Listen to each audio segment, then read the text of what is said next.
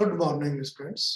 मैं doctor Vijendra Singh Tanwar, associate professor in English और वर्तमान में मैं राजकीय महाविद्यालय गुढ़ा झुंझुनू डिस्ट्रिक्ट में पदस्थापित हूँ। जो वीडियो सीरीज बनाई जा रही है उसमें आज का जो वीडियो है वो बीए पार्ट फर्स्ट के विद्यार्थियों के लिए है जिन्होंने इंग्लिश लिटरेचर विषय लिया है। और जो आज का जो टॉपिक है वो सेकंड पेपर, जो इंग्लिश लिटरेचर का सेकंड पेपर है, उससे संबंधित है। जो टॉपिक है वो जो ऐसे है वो उसका नाम है ए पीस ऑफ चॉक और इसको लिखा है जी के चेस्टरटन। गिलबर्ट केथ चेस्टरटन बहुत ही पॉपुलर राइटर है, वर्सेटाइल जीनियस, ऑलराउंडर था। उसने पोएट्री, एसेज, आर्टिकल, हिस्ट्री, काफी फील्ड में अपना टैलेंट को प्रदर्शित किया है। उसका जो लाइफ स्पैन है 1874 से 1936, यानी चेस्टरटन 1874 में उसका जन्म हुआ और 1936 में डेथ हुई। ये कह सकते हैं 20वीं शताब्दी का लेखक मानते हैं, क्योंकि 1900 में उसने अपनी पोएम्स से लिखने की शुरुआत की थी। बहुत ही अच्छे ढंग से लिखता है और बड़े छोटी छोटी बातों की क्या इंपॉर्टेंस होती है जीवन में, बहुत ही अच्छे ढंग से प्रस्तुत करता है। तो जो ऐसे है, लेट अस स्टार्ट। जो हमारा जो ऐसे है इसका टाइटल जैसे कि मैंने बताया ए पीस ऑफ चॉक है। और इस ऐसे में जैसे पहली लाइन ही दिखा रही है, the importance and interest of small things. Small things जिनके बारे में कभी हम ध्यान नहीं देते, वो छोटी छोटी चीजें, उनकी कई बार कितनी इंपॉर्टेंस हो जाती है, कितना इंपॉर्टेंट हो जाती है चीजें, हम सोच भी नहीं सकते। उसी से संबंधित एक घटना है जो कि लेखक ने अपने जीवन से के अनुभव पर लिखी है, क्योंकि इसमें सब्जेक्टिव अप्रोच है, यानी पर्सनल अनुभव पर आधारित, इसलिए आई का इस्तेमाल लेखक ने किया है। लेखक कहता है, I remember one splendid morning. शानदार सुबह की बात थी, एक शानदार सुबह। All blue and silver. Blue and silver का मतलब sky was blue and light was clear, यानी बिल्कुल सिल्वर, यानी कि आसमान बिल्कुल साफ था और रोशनी भी अच्छी थी। शानदार सुबह थी। In the summer holidays when I reluctantly, unwillingly, अनिच्छा से, नीचे मीनिंग भी दिए हुए है ना, अनविलिंगली, अनिच्छा से, टोर माई सेल्फ अवे, मतलब अपने आप को अलग किया, यानी गोट up from my place of rest, जब बैठा हुआ था या लेटा हुआ था वहां से उठा, from the task of doing nothing in particular, कि मैं कोई काम नहीं कर रहा था, उससे उठकर मैं उठा, यानी कि वो कुछ भी न करने को भी एक टास्क मानता है। वो काम कर रहा, कुछ भी नहीं कर रहा था, यानी कुछ काम कर रहा था, क्या कर रहा था, कुछ भी नहीं कर रहा था इस सेंस में। And put on a hat of some sort, एक हैट सिर पे पहना, and picked up a walking stick, और चलने वाली छड़ी उठाई, and put 6 very bright coloured chalks in my pocket, और 6 बड़े कलर्ड चॉक पॉकेट में डाली। I then went into kitchen, kitchen में गया। देखिए मैंने पहले कई बार बताया कि ब्रैकेट में आ जाए, कोमा में अतिरिक्त जानकारी होती है। तो which along with the rest of the house, यानी घर के साथ साथ और भी बहुत सी चीजें, belong to a very square and sensible old women in the Sussex village. Sussex उस विलेज का नाम था, मतलब वही कि वो जो लड़की जो थी, औरत जिसके पास वो रह रहा था, जिसके घर में रह रहा था, उसके घर में उसने, वो घर किराए पे ही था, समझ ली, मालिक तो वही थी, मालकिन वही थी, कि उसके पास गया, जो कि ससेक्स विलेज में सबसे सुंदर, समझदार, निष्पक्ष औरत थी। And ask the owner and occupant of the kitchen, यानी वो मालकिन जो कि इस वक्त किचन में थी, if she had any brown paper, मैं प्रार्थना की कि आप उसके पास कोई भूरे रंग का कागज है। She had a great deal, उसके पास काफी कागज थे, काफी मात्रा में कागज थे। In fact she had too much, और बहुत ही ज्यादा थे वास्तव में। And she mistook the purpose, लेकिन अब उसने इसकी पर्पस किस उद्देश्य के लिए चाहिए उसको गलत समझ लिया, and the rationale of the existence of brown paper. Rationale, reason of demanding brown paper जो है कि दुनिया में ब्राउन पेपर किस लिए है, उसके दिमाग में एक ही बात थी कि एक ही काम होगा, जो कि लिखेगा अगले सेंटेंस में कह रहा, she seem to have an idea that if a person wanted brown paper, उसके दिमाग में ये बात थी अगर किसी व्यक्ति को ब्राउन पेपर चाहिए, he must be wanting it to tie up parcels, तो वो जैसे गिफ्ट रैप करते हैं कि उस पार्सल बांधने के लिए ही काम आता है।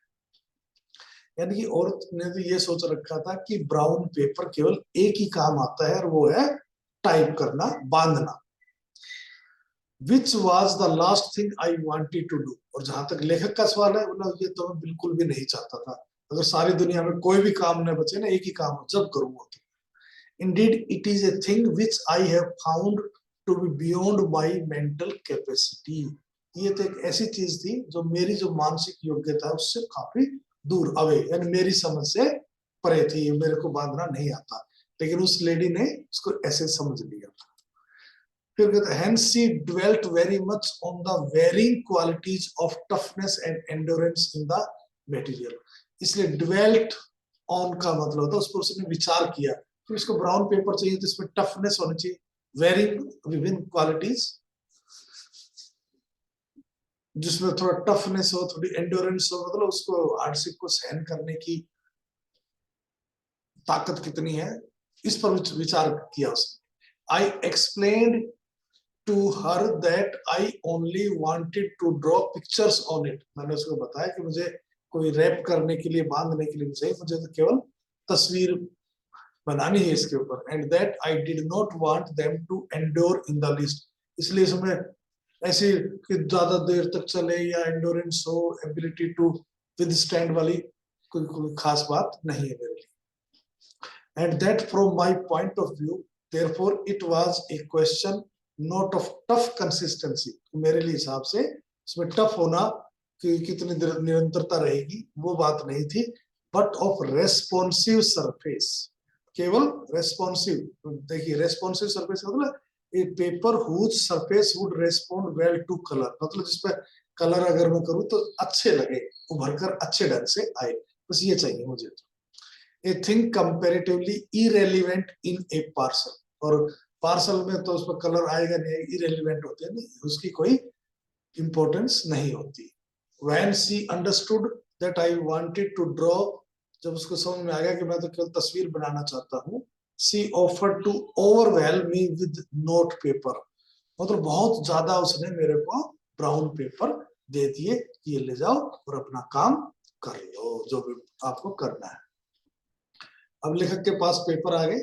I then tried to explain the rather delicate logical set, फिर मैंने जो तर्कसंगत ढंग से, लॉजिकल, देखिए डेलिकेट लॉजिकल सेट को explain the pleasing because of fineness and mildness brown paper in a rational manner, मतलब तर्कसंगत ढंग से मैंने उसको ये विभिन्न प्रकार के कलर का ब्राउन पेपर पर क्या प्रोग्राम मैंने समझाया। That I not only liked brown paper, कि मुझे ब्राउन पेपर पसंद ही नहीं है, but like the quality of brownness in paper, बल्कि ब्राउन पेपर में जो ब्राउननेस कलर है वो मुझे बहुत पसंद है। Just as I like the quality of brownness in October woods, October के महीने में जंगलों में सारे पत्ते गिर जाते हैं तो वो ब्राउननेस मुझे पसंद है। और इन बियर बनाते हैं जो पीने की अल्कोहल टाइप होती है। Brown paper represents the primal Twilight of the first toil of creation, की जब शुरुआत हुई भगवान ने दुनिया को बनाने की कोशिश की, प्राइमल ट्विलाइट नीचे दिया हुआ भी है, द फर्स्ट और ओरिजिनल फेंट light of the time when universe was created, जब भगवान ने दुनिया को बनाया तो वो कलर से मैच होता था, यानी वो उस वक्त वो ब्राउन कलर था। And with bright coloured chalk और too you can pick out points of fire in it, कि ब्राउन पेपर पर आप थोड़ी कलर्ड चॉक से फायर वगैरह का, sparks of gold, blood red, ये सब बना सकते हो, sea green, like the first fierce stars that spring out of divine darkness, जब सब कुछ अंधेरा था तो उसमें से पहली बार जो तारे निकले, चमक निकले, वैसे ही फिर वो बाहर आता है, यानी उसका वैसा ही प्रभाव पड़ता है। All this I said, in an offhand way. देखिए ऑफ हैंड वे का मतलब इनफॉर्मल वे, बिना औपचारिकता के कहा। To the old woman and I put the brown paper in my pocket along with the chalks, chalk के साथ पॉकेट में रखा, एंड पॉसिबली अदर थिंग्स, और जो भी मेरे पास दूसरी चीज थी वो सब जेब में रखी।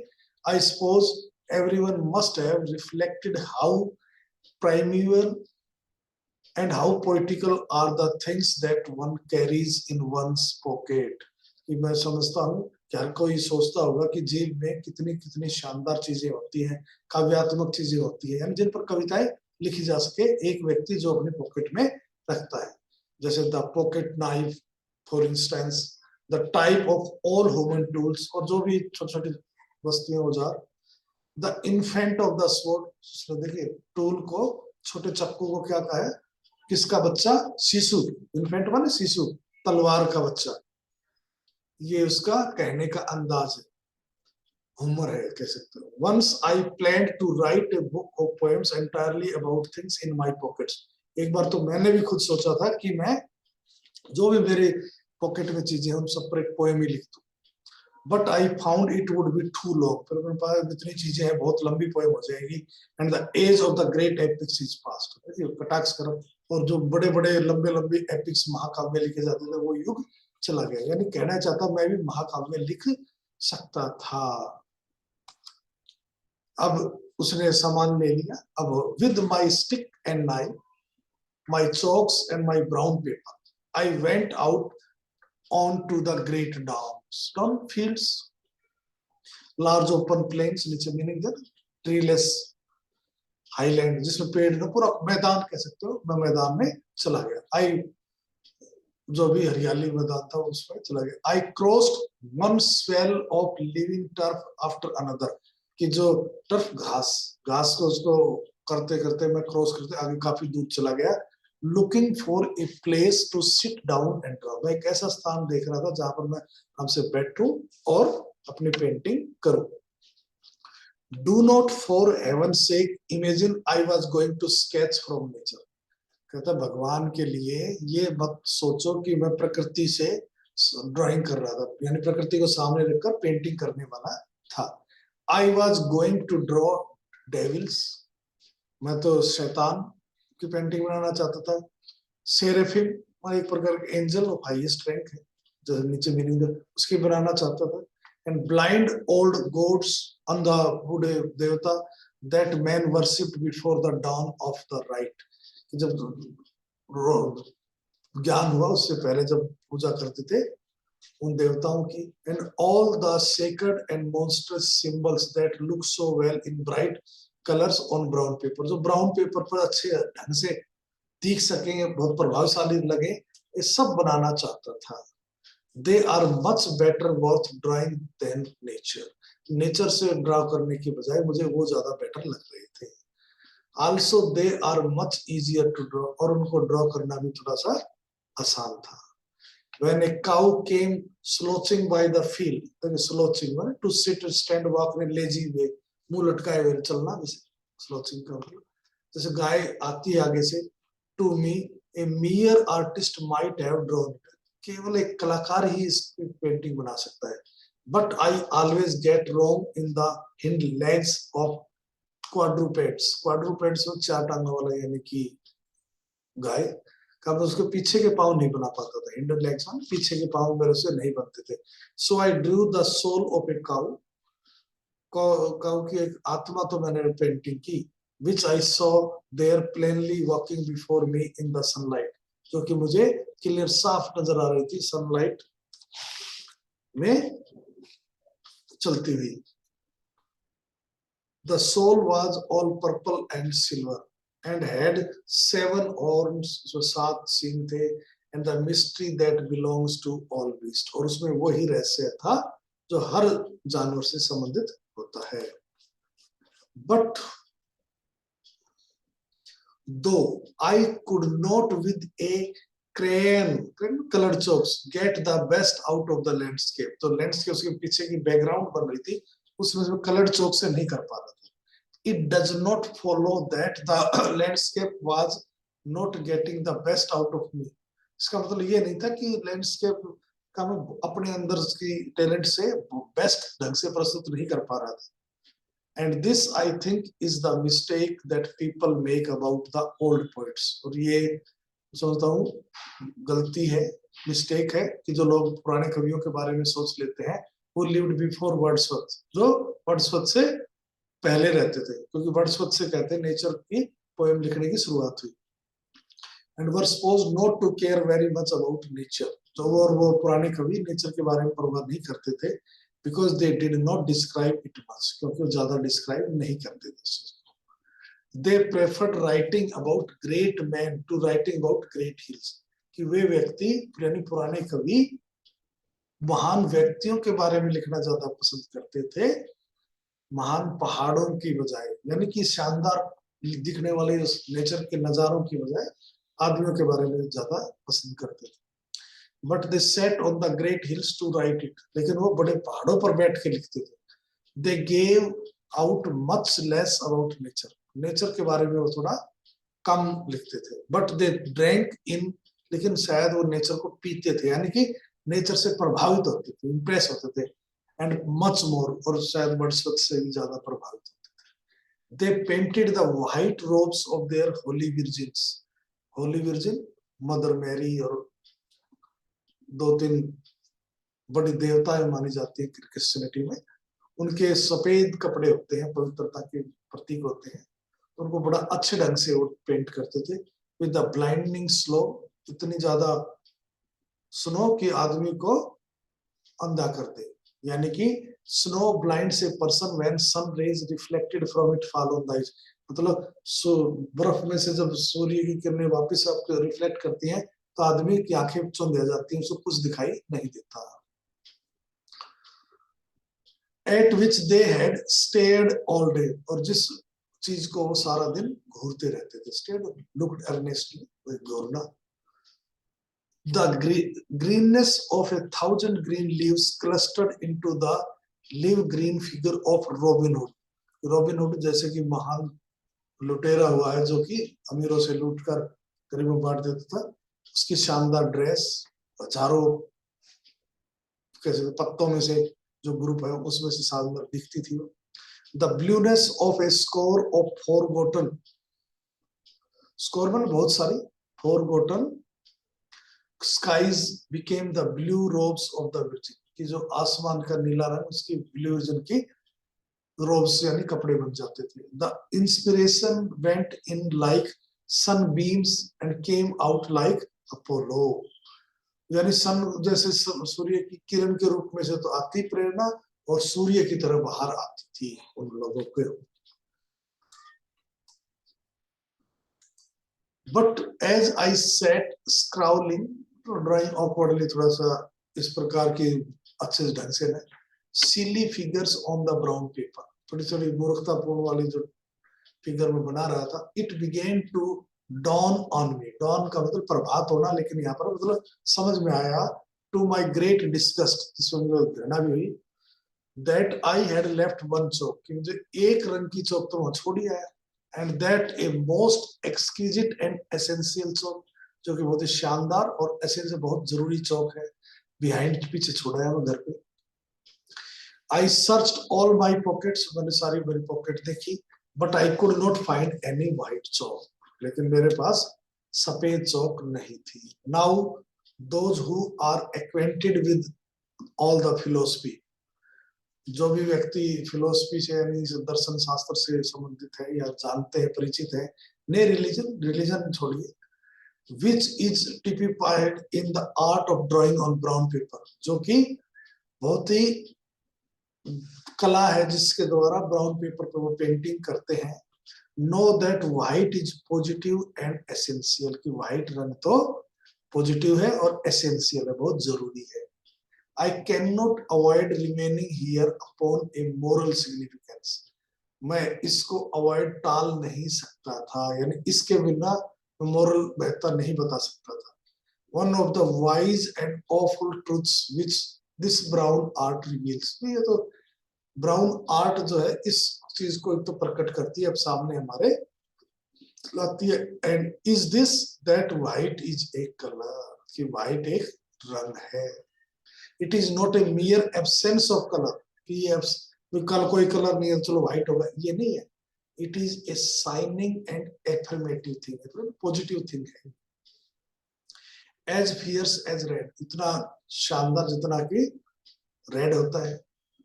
एज डेफिनेट एज ब्लैक, और जितना ब्लैक जितना निश्चित. When so to speak your pencil grows red hot, जब आपकी पेंसिल तैयार हो जाती है कोई चीज करने के लिए, ड्रॉ करने के लिए, इट ड्रॉज रोजेस, तो गुलाब के फूल बना देती है. When it grows white hot, जब व्हाइट हॉट हो जाता, इट ड्रॉज स्टार्स, तो ये तारे बनाती है. देखिए लेखक का कहने का तरीका है. रेड हॉट होने पर तो वो गुलाब के फूल बनाती है, और व्हाइट होने पर तारे. And one of the 2 or 3 defiant varieties, देखिए defiant वन aggressively disobedient, तो आप किसी चीज को ओपनली चैलेंज करे, उसको नकारे, उससे अच्छा. Varieties में true facts of the best religious morality of real Christianity, के उनको नकारना हुआ. For example is exactly this same thing, इसी चीज को. The chief assertion of religious morality is that white is a color. तो मुख्य बात है रिलीजन की, क्रिश्चियनिटी की, कि व्हाइट भी एक रंग है, और ये रंग बहुत इंपॉर्टेंट है, इसके बगैर तो काम चल ही नहीं सकता. Virtue is not the absence of vices. लेखक आगे समझाता है कि कोई गुण है, बोला गुण क्या, इसमें कोई अवगुण नहीं है तो इसलिए इसमें गुण है, ऐसे नहीं है. और the avoidance of moral dangers, कि मोरल खतरों को हम छोड़ दें तो हमारे अंदर वर्च्यू आ जाएगी, ये बात नहीं. Virtue is a vivid and separate thing, बिल्कुल क्लियर थिंग है, सेपरेट अलग चीज है. लाइक पेन और ए पर्टिकुलर स्मेल, जैसे कोई दर्द हो या कोई सुगंध हो. Mercy does not mean not being cruel, with दया का मतलब ये नहीं कि आप क्रूअल नहीं है तो बस दयावान है. और स्पेयरिंग पीपल रिवेंज, या आप लोगों पर बदला नहीं लेते हैं, और पनिशमेंट या लोगों को दंड नहीं देते हैं. It means it plain and positive thing like the sun, बल्कि इसका मतलब है ये प्लेन माने सिंपल, और पॉजिटिव और सकारात्मक चीज है सूर्य की तरह. Which one has either seen or not seen, या तो आदमी ने उसको देखा है या नहीं देखा है. चेस्टिटी, पवित्रता, does not mean abstention from sexual wrong. Abstention act of choosing not to vote either or against something, किसी के पक्ष या विपक्ष में ना होना, कि आप सेक्सुअल रॉन्ग नहीं से अलग हैं, आप नहीं करते हैं तो इसका मतलब आप पवित्र है, ऐसी बात नहीं है. इट मीन्स समथिंग फ्लेमिंग, बल्कि इसका अर्थ है फ्लेमिंग मीन्स स्प्लेंडेड, शानदार, चमकते हुए, लाइक जोन ऑफ आर्क की तरह. In a word God paints in many colours, कि भगवान आप दुनिया को बहुत से रंगों में पेंट किया भगवान ने, कहीं हरा है, कहीं नीला है, कहीं कुछ है. But he never paints so gorgeously, I had almost said so godly, कि इतना शानदार ढंग से भगवान ने भी नहीं किया जितना मैंने शानदार ढंग से चमकते हुए उसमें कह दिया है. As when he paints in white, जब भगवान व्हाइट में पेंट करता है, यानी भगवान भी जब व्हाइट कलर में दुनिया को पेंट करता है तो ज्यादा शानदार चीज बनती है और किसी दूसरे कलर की तुलना में. In a sense our age has realised this fact, और एक अर्थ में हमारी जो युग है, जो उसने इस तथ्य को जान लिया है. And expressed it in our sullen costume, और इसको हमने हमारे सीरियस कस्ट्यूम यानी ड्रेस में प्रदर्शित किया है. For if it were really true, अगर ये सच होता that white was a blank and colorless thing, कि white तो blank और colorless thing है, negative and non-commutable है, then white would be used instead of black and grey for the funeral dress of this pessimistic world. इस निराशावादी संसार period में फिर काले कपड़ों की बजाय, ग्रे कपड़ों की बजाय व्हाइट कलर यूज करते किसी की भी फ्यूनरल में, शव यात्रा में जाने के लिए. Which is not the case, जो कि वास्तव में केस नहीं है. Meanwhile I could not find my chalk, उसने खूब कोशिश की, इधर उधर कहीं जेब में पड़ी मिल जाए, उसको व्हाइट चौक नहीं मिली. यानी लेखक जी के चेस्टरटन को व्हाइट चौक नहीं मिली. तो अब लेखक ने बड़ी परेशानी हो रही थी कि क्या करूं मैं इसका, क्या करूं। तो कहता है I sat on the hill in a sort of despair, तो निराशा में उस पहाड़ी सी जो ऊंची छोटी सी थी ऊंचाई पहाड़ उसे बैठा हुआ था। There was no town near at which it was even remotely probable there would be such a thing as an artist colour man, कि दूर आसपास कोई टाउन भी नहीं था, शहर में, जहां से ये रिमोटली दूर मतलब थोड़ी सी भी प्रोबेबल संभावना हो कि जहां से वो ला सके, एक कलाकार अपना कलर का चीज ला सके। And yet without any white my absurd little pictures would be pointless, और बिना व्हाइट कलर के मेरी जितनी भी तस्वीरें बना रहा हूँ वो पॉइंटलेस हो जाएगी, मतलब मीनिंगलेस हो जाएगी, अर्थहीन हो जाएगी। As the world would be if there were no good people in it, जैसे कि दुनिया में कोई अच्छे लोग न हो तो दुनिया बर्बाद बेकार हो जाती है, उसी प्रकार बिना व्हाइट कलर के मेरा भी यही हाल है। आई स्टेयर्ड स्टूपिडली अराउंड, मैंने मूर्खतापूर्ण इधर उधर घूरा देखा। Racking my brain for expedient solutions, मैंने इसका समाधान करने के लिए ब्रेन में ज्यादा जोर लगाया, दिमाग में सोचा कि क्या करूं। Then I suddenly stood up, फिर अचानक खड़ा हुआ। रोड विद लाफ्टर, जोर जोर से हंसा। अगेन बार बार हंसा अपने ऊपर खुद। So that the cows stared at me, कितना जोर जोर से हंसा कि वहां आसपास जो गाय थी वो भी मुझे घूरने लगी। And called a committee, committee का मतलब उसने अपनी सभी गायों को, साथियों को बुलाया, सभी गाय इकट्ठे होकर मैं उस पर देखने लगी कि ये पागल कैसे हो गई कभी। Imagine a man in the Sahara, कि जैसे आप सहारा रेगिस्तान है, उसमें एक आदमी की कल्पना कीजिए, regretting that he had no sand for his hour glass. एक ग्लास होता है ऊपर नीचे वी शेप में, पिक्चरों में देखा होगा, रेत भर देते हैं कि 1 घंटे में उसको अगर ऐसा कर दो खाली हो जाएगी, तो उसमें रेत भरते। तो आप सारा डेजर्ट में हो और आप ये सोचो कि आपके पास रेत नहीं है।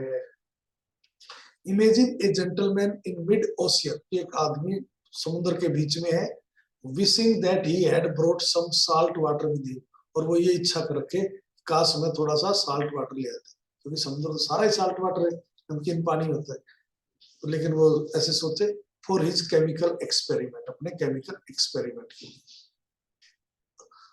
मतलब कहना है चाह रहा कि जैसे समुद्र में और पानी की कोई कमी नहीं होती, उसी प्रकार वो पहाड़ी पर बैठा हुआ था। एक बार I was sitting on an immense warehouse of white chalk. Warehouse का मतलब स्टोर हाउस, बहुत बड़े पहाड़ी पर बैठा हुआ था, और वो पहाड़ी सारी चौक की थी। उसको बाद में पता चला मैं तो सारा दुनू पागल हो रहा हूँ, चौक चौक सफेद नहीं है, सब सारी पहाड़ी की पहाड़ है मेरे पास तो सफेद चौक का। The landscape was made entirely of white chalk, वो सारी लैंडस्केप व्हाइट चौक की बनी हुई थी। White chalk was piled more miles until I met the sky, तो माइलों मीलों तक व्हाइट चौक था, जब तक कि मैं आसमान तक न पहुंच जाऊं। टिल द होरिजन तक, मतलब बहुत ऊंची पहाड़ी थी कि सफेद चौक की बनी हुई थी। I stopped and broke a piece of rock I sat on, जिस रॉक पर चट्टान पर बैठा हुआ था उसमें से मैंने एक चौक का पीस टुकड़ा तोड़ा। It did not mark so well as the soft chalks do, इतना बढ़िया ढंग से तो वो नहीं पेंट हो रहा था, यानी तस्वीर नहीं बन रही थी शानदार जितने की बाजार की चौक से बनती है। But it gave the effect, लेकिन वो प्रभाव जो देना चाहता था पेंटिंग में लैंडस्केप का, वो उससे आ गया। And I stood there in a trance of pleasure, trance of extreme pleasure में वो खड़ा रहा, realising that this southern England is not only a grand peninsula, ये जो इंग्लैंड है, जो दक्षिण का जो इंग्लैंड का हिस्सा है, ये जहां वो था लेखक, वो एक पेनिसुला ही नहीं है। पेनिसुला होता है an area of land that is almost surrounded by water, peninsula ही नहीं है। And a tradition and a civilisation, tradition और सिविलाइजेशन ही नहीं है, it is something even more admirable, उससे भी ज्यादा प्रशंसनीय है। It is a piece of chalk, सारा एरिया पीस ऑफ चौक है। इस प्रकार लेखक ने अपने अनुभव को आपके साथ शेयर किया। धन्यवाद। अब इसका जो क्वेश्चन है वो पढ़ोगे तो समझ में आ जाएगा कि इस चैप्टर में लेखक ने क्या कहा।